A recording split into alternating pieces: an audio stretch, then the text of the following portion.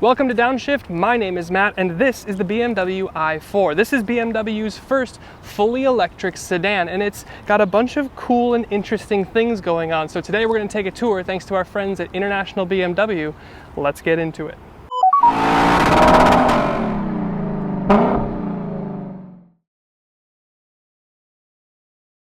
The first thing I kind of like are the logos. Now Toyota does this with their hybrids, but this is a full EV. So BMW encircles all of their roundels in blue.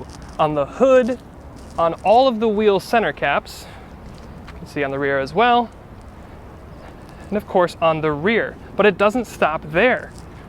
We head into the interior, and we have one on the steering wheel. And we also have one for your start-stop button. And this being a 2023, we have the little fang gear selector, but last year we had the more conventional gear selector, the kind of knob, and that was blue as well. Now under the skin, this is built on the gas chassis for the 4 Series, but they ripped the engine out. But since they've adapted a gas chassis, they haven't really been able to package things to give you things like a frunk. And you've also got some more internal combustion compromises, such as a drivetrain tunnel in the rear. Plus, I can't help but feeling like you'd get a little bit more open up front center console area with a ground-up EV chassis. But then it makes sense to cover the EV stuff. Now the i4 in base single motor trim here is good for 301 miles of range. And that is going to be on the smaller 19-inch wheels that you get here. I really like these wheels actually. They're very similar to the Polestar 2 wheels that we drove at Road America. But if you upgrade to the 20-inch wheels, you will lose some range. This being single motor, rear wheel drive, does about 335 horsepower.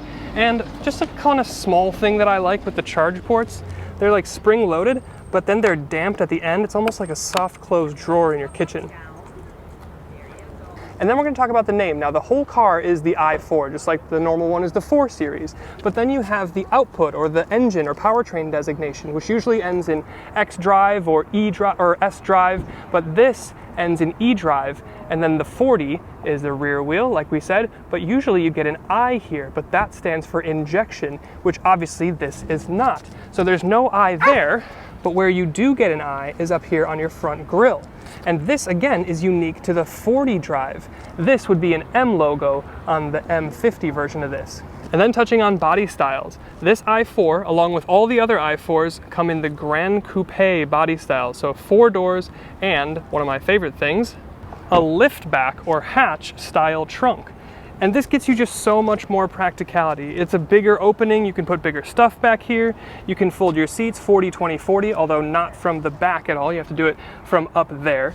But it's just nice, it's so much more practical, you've got deep pockets back here, and then interestingly, you have hard privacy covers. They split, but they are hard, so you actually have to have an emergency, where'd it go now?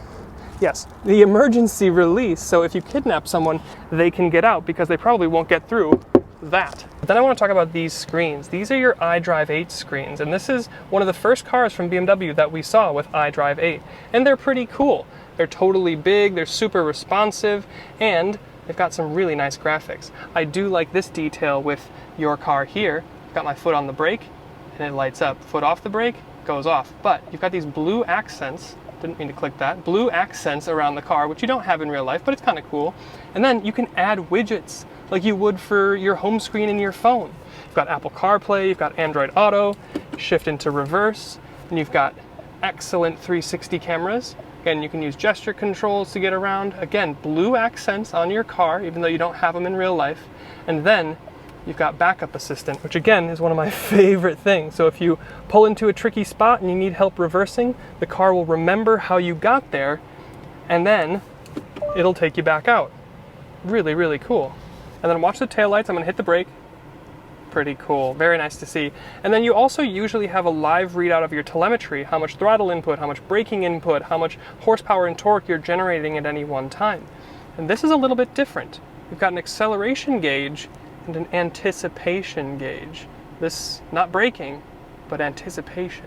Then I want to talk about door handles real quick. They're kind of like that tab fang. They're not a loop, you don't grab it, but you stick your hand under and you pull it. And it's interesting because this car, finished in white with these door handles, reminds me almost exactly of my 1999 Honda Accord, which was white and it had door handles like this. So kind of a trip down memory lane. But yeah, you stick your hand in there. Of course, this is their solution to not having pop-out door handles, because we do live in Wisconsin here, and some people on their Teslas complain of ice and not being able to get in their car, which would be a problem. So I always find it interesting what manufacturers do to solve the aerodynamic problem of door handles. And then talking rear seats, I'm gonna be honest, they're not huge. They look great and they're pretty comfortable when you can get in, but I'm 6'1", and I can kind of fit, but my knees do kind of touch. I can spread a little bit and then I have an inch or two, but it's not the most practical or spacious back here.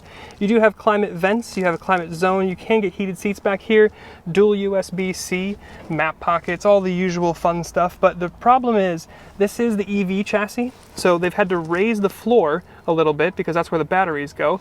So I don't really have much of any foot space, and you still have this drivetrain tunnel, so it'd be nice to have it kind of flat for some more room. So it's not huge. If you're under 6 feet, you'll be okay, but I'm 6'1" and I'm starting to get a little bit tight. And this is an EV, so of course you get a frunk, right? No, we kind of talked about this already, but this is how they've had to package everything with the motors and the cooling and everything. So you just get a nice tidy engine cover up here. So not quite as practical as it could be, but still works out pretty well with the hatchback style trunk. And then there's this interesting feature. I'm in drive, I'm just gonna go a couple feet here. I'm gonna put it in park, which is this P button right here.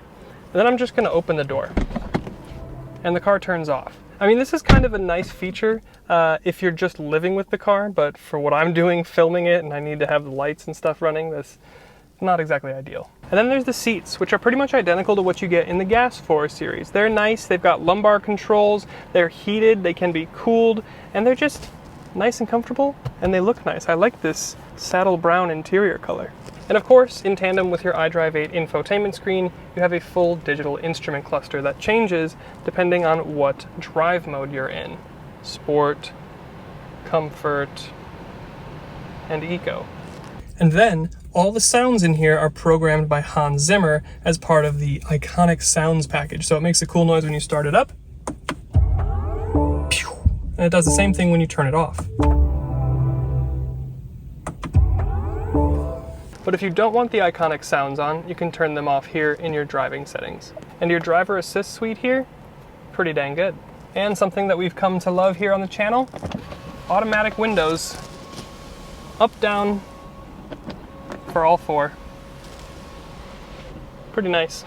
And this next bit isn't about this specific car, the eDrive 40, but the one that we drove last year, the dual motor, the M50 version, was technically the first electric car that the M division ever tuned.